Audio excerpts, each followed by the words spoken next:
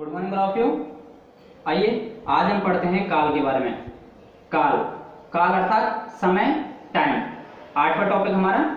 तो ये एक शाब्दिक अर्थ होता है काल का समय।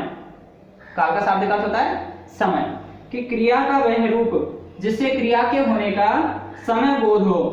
ठीक है, काल कहलाता है कि क्रिया का वह रूप जिससे उस क्रिया के होने का समय का बोध हो कि क्रिया कब हुई है। जैसे श्याम पुस्तक पढ़ता था, ये क्रिया पहले हो चुकी है। श्याम पुस्तक पढ़ता है, ये क्रिया अब होती है, और श्याम पुस्तक पढ़ेगा, ये क्रिया आगे आने वाले समय में होगी। इस प्रकार क्रिया की जो स्थिति को, क्रिया की होने का जो समय का बोध कराते हैं वो क्या काल कहलाते हैं। देखिए काल 3 प्रकार के होते हैं। ठीक है, 3 प्रकार होते हैं काल। पहला भूतकाल, दूसरा वर्तमान काल, और तीसरा होता है भविष्य काल। भूतकाल बीता हुआ समय, वर्तमान काल जो चल रहा है वो समय, और भविष्य काल आगे आने वाला समय। तो इस प्रकार से आइए हम पहले नंबर का है भूतकाल, इसे विस्तार पूर्वक पढ़ते हैं और इसे 6 भागों में बांटा गया है। देखिए भूतकाल को 6 भागों में बांटा गया है। भूतकाल को कितने भागों में बांटा गया है? 6 भागों में बांटा गया है। ठीक है, जिसके अंतर्गत हम देखते हैं जो पहले नंबर का है वह है सामान्य भूतकाल। कौन सा? सामान्य भूतकाल। देखिए ध्यान देना कि सामान्य भूतकाल कौन सा होता है कि हमने बात की थी भूतकाल की। तो भूतकाल में क्या बात होती है? बीते हुए समय की बात होती है। ठीक है, लेकिन फिर देखते हैं कि सामान्य भूतकाल में क्या होता है। तो सामान्य भूतकाल में होता है कि बीते हुए समय में कार्य प्रारंभ तो होता है परंतु पूर्ण होने के बारे में कुछ पता नहीं होता। बीते हुए समय में कार्य प्रारंभ तो होगा, लेकिन वो कार्य कब पूरा हुआ, कब प्रारंभ हुआ, इसके बारे में ऐसा कोई पता नहीं होता। केवल इतना होता है कि वो कार्य बीते हुए समय में चालू हुआ है। ठीक है, तो ऐसे जो वाक्य होते हैं वो सामान्य भूतकाल के अंतर्गत आते हैं। देखिए, मोहन ने अखबार पढ़ा। मोहन ने अखबार पढ़ा, ये एक वाक्य है आपके आगे कि मोहन ने अखबार पढ़ा। ठीक है, क्रिया देखिए कौन सी क्रिया है? भूतकाल की, पढ़ा।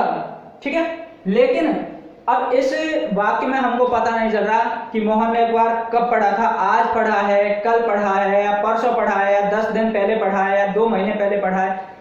ऐसा कोई निश्चित नहीं हो रहा। केवल इतना है कि बीते हुए समय में उन्होंने पढ़ा है। ठीक है, बीते हुए समय में अखबार पढ़ा, ये पता नहीं, निश्चित नहीं समय कि कब पढ़ा, वो पढ़ के पूरा भी हुआ क्या। ठीक है, तो मोहन ने अखबार पढ़ा। श्याम गया, श्याम गया। ठीक है, अब कब गया, कल गया, परसों गया, कब गया, कोई पता नहीं है ना। केवल इतना पता है कि श्याम गया। तो बीते हुए समय में कार्य प्रारंभ तो होता है, लेकिन उसके पूर्ण होने के बारे में पता नहीं होता, या फिर ऐसे कह सकते हैं कि उसका निश्चित समय पता नहीं होता। ठीक, आइए दूसरा पूर्ण भूतकाल। कौन सा? पूर्ण भूतकाल। तो पूर्ण भूतकाल के अंतर्गत देखिए नाम से पता चल रहा है पूर्ण मतलब पूरा। तो बीते हुए समय में कार्य प्रारंभ होकर पूर्ण हो जाता हो। ठीक है, पूर्ण भूतकाल कहलाता है। कोई कार्य बीते हुए समय में प्रारंभ होगा, क्योंकि भूतकाल पढ़ रहे हैं हम और भूतकाल में बीता हुआ समय आता है। जब कोई कार्य बीते हुए समय में प्रारंभ होता है और बीते हुए समय में ही पूर्ण हो जाता है, ऐसा बोध कराने वाले जो वाक्य होंगे तो पूर्ण भूतकाल के अंतर्गत आते हैं। देखते हैं कि मोहन ने अखबार पढ़ा था। मोहन ने अखबार पढ़ा था।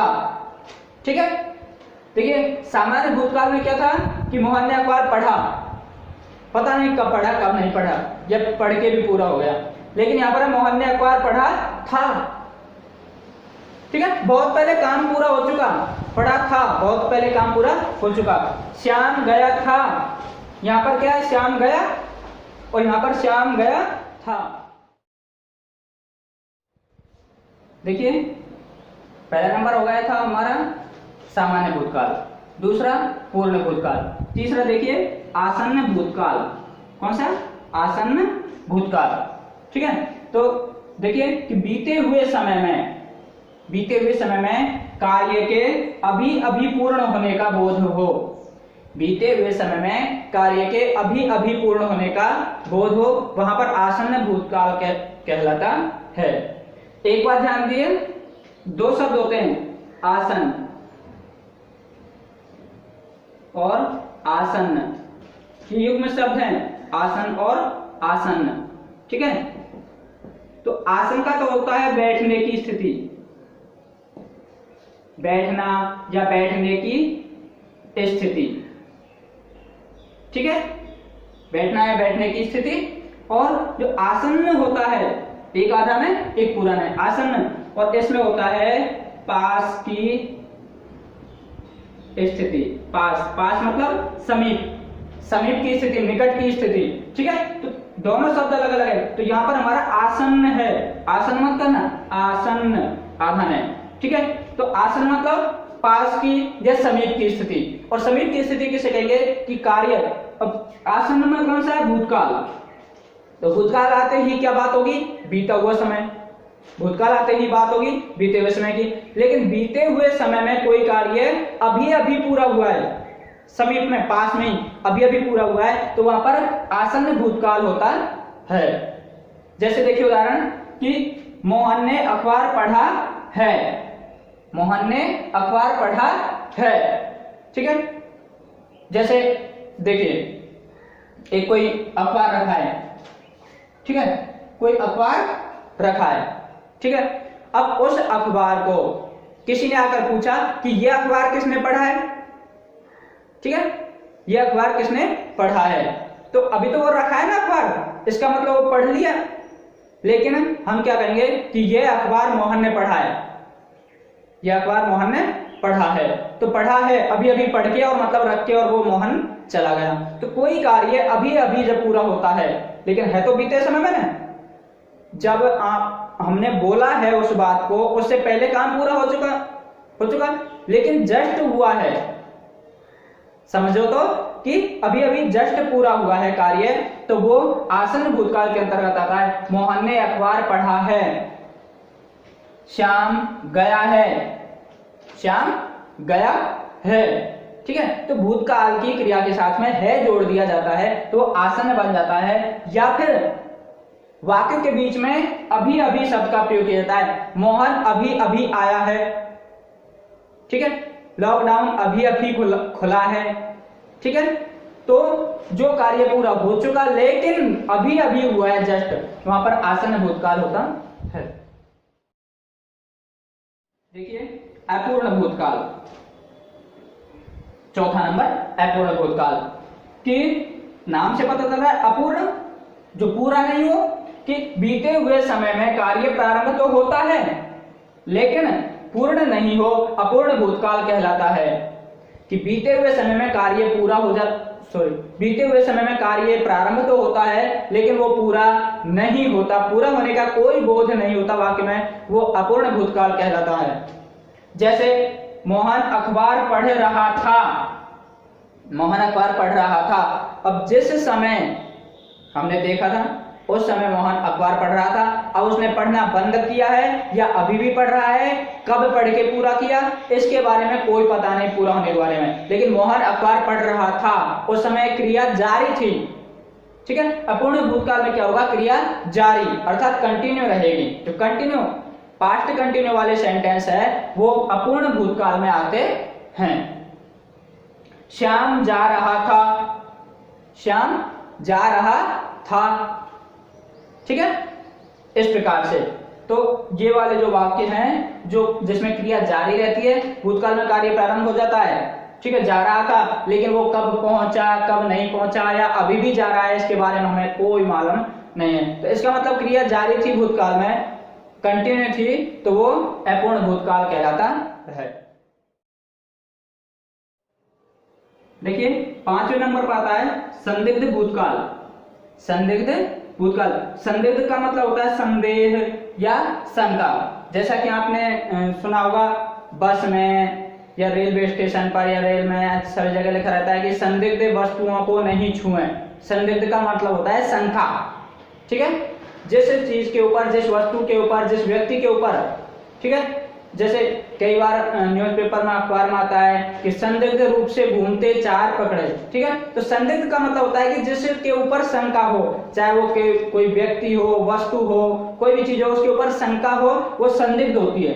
ठीक है, तो बीते हुए समय में किसी क्रिया के होने में जब संदेह हो अर्थात शंका हो, संदेह का मतलब शंका, ठीक है, तो वो संदिग्ध भूतकाल के अंतर्गत आता है।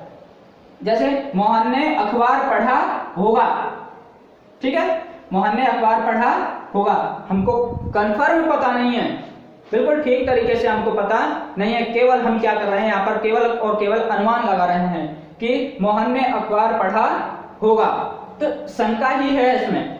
ठीक है, श्याम जयपुर गया होगा, हमको पता नहीं कि श्याम जयपुर गया है या नहीं, केवल शंका व्यक्त की है कि श्याम कहाँ गया होगा, जयपुर गया होगा। ठीक है, तो इस प्रकार वाक्यों में होगा जो शब्द लगा दिया जाएगा पीछे, सामान्य भूतकाल के वाक्यों में जब पीछे होगा लगा दिया जाता है तो वो क्या होता है, एक संदिग्ध बन जाता है। तो जो छठे नंबर का है हमारा वो है हेतु हेतुमद भूतकाल। हेतु हेतुमद भूतकाल, इसमें अंतर्गत आता है देखिए कि बीते हुए समय में किसी कार्य के होने में शर्त का बोध हो। बीते हुए समय में जब कोई कार्य होता है और उसमें किसका बोध हो, शर्त का, कंडीशन। ठीक है, जैसे यदि मोहन अखबार पढ़ता तो उसे परीक्षा की जानकारी होती।